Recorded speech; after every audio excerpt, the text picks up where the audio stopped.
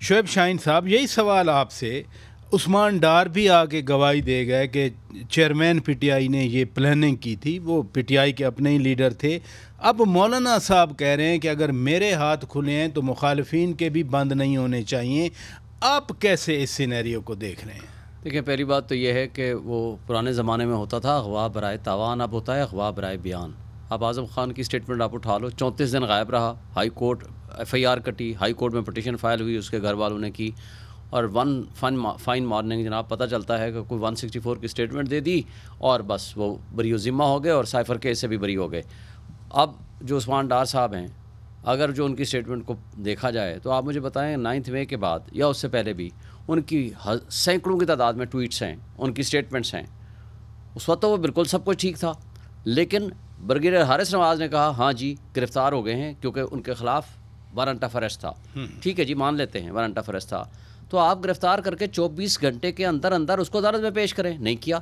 1 مہینے 25 دن کے بعد آپ اس کو میڈیا ہاؤس لے جاتے ہیں اور ایک اینکر پرسن کے پاس جا کر یہ جو 9 مئی تو ہوا نا، 9 مئی تو ہوا، جج صاحب بھی فرما رہے ہیں. میں بھی ان سے ایگری کرتا ہوں، لیکن میں اس سے آگے آ رہا ہوں. مجھے بتائیں. نہیں، لیکن 9 مئی والے لوگوں کو سزا ملنی چاہیے نا. دیکھیں، ایک ہے سزا، اس کا ٹرائل ہوگا نا. فرض کرو کسی کا شہباز شریف کے خلاف مقدمات ہیں، کون سا لیڈر ہے جس کے خلاف مقدمات نہیں ہیں؟ مقدمہ ایف آئی آر درج ہونے کا مطلب یہ نہیں ہے کہ وہ کنوکٹڈ ہو گیا. قانون کے مطابق جس نے جو اگر کوئی جرم بنتا ہے کسی کے خلاف، میں تو وہ کہہ رہا ہوں اگر وہ مجرم تھا یا الزام تھا نا، ملزم تھا، تو آپ اس کو عدالت میں پیش کرتے. آپ نے جا کر کے میڈیا ہاؤس میں پیش کر دیا. اسی طرح صداقت عباسی کو کسی میڈیا ہاؤس میں لے جایا گیا پرسوں، اور اس کے بعد جناب پتہ چلا کہ وہ نہیں پبلش ہوئی. پھر اگلے دن اس کو اس کے گھر والوں سے ملایا گیا، گھر والوں سے ملاقات کر کے اس کی میڈیا کو ایک اس کی ویڈیو دے دی گئی، اور اس کے بعد وہی ڈالے والے واپس لے گئے. اب کہاں لے گئے کوئی پتہ نہیں. دیکھیں، بات یہ ہوتی ہے کہ ہم تو یہ کہتے ہیں لیول پلینگ فیلڈ تو دور کی بات ہے. صرف ایک فکرہ لیول پلینگ فیلڈ تو دور کی بات ہے، ہمیں فیلڈ ہی نہیں دیا جا رہا، ہمیں زندہ رہنے کا حق بھی نہیں دیا جا رہا. That is wrong. آپ قانون کے مطابق جو پروسیڈ کرنا ہے آپ کریں. قانون کا مسیوز الگ چیز ہے. سنیں، یہ جو اٹک جیل سے اڈیالہ آنا یہ قانون کے مطابق نہیں ہے.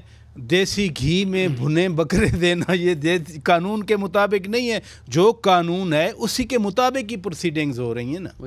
میں تو شروع کیا تھا آپ نے عثمان ڈار سے. جی مجھے بتائیں، عثمان ڈار کے ساتھ پروسیڈنگ قانون کے مطابق ہیں کیا؟ صداقت عباسی کے خلاف پروسیڈنگ قانون کے مطابق ہیں؟ خود وکیل ہیں اتنے بڑے، آپ جائیں نا عدالت، گئے ہوئے ہیں نا عدالتوں میں، ہے نا عدالتوں میں ہے نا. مجھے آپ بتا دیں. نہیں، آپ بھی تو ماشاءاللہ بہت سینئر اینکر پرسن ہیں، آپ ان ساری چیزوں کو سمجھتے ہیں. مجھے بتائیں، آئین یہ کہتا ہے، سارے میرے پڑھے لکھے ماشاءاللہ سینئر دوست بیٹھے ہوئے ہیں، 24 گھنٹے کے اندر اندر آپ نے عدالت میں پیش کرنا ہے. نہیں کرتے آپ نے شیخ رشید کے ساتھ ایک شاکر نامی شخص کو بھی اٹھایا، اس کو آپ نے واپس چھوڑ دیا 15 دن بعد، وہ ابھی تک کوئی لاپتہ ہے.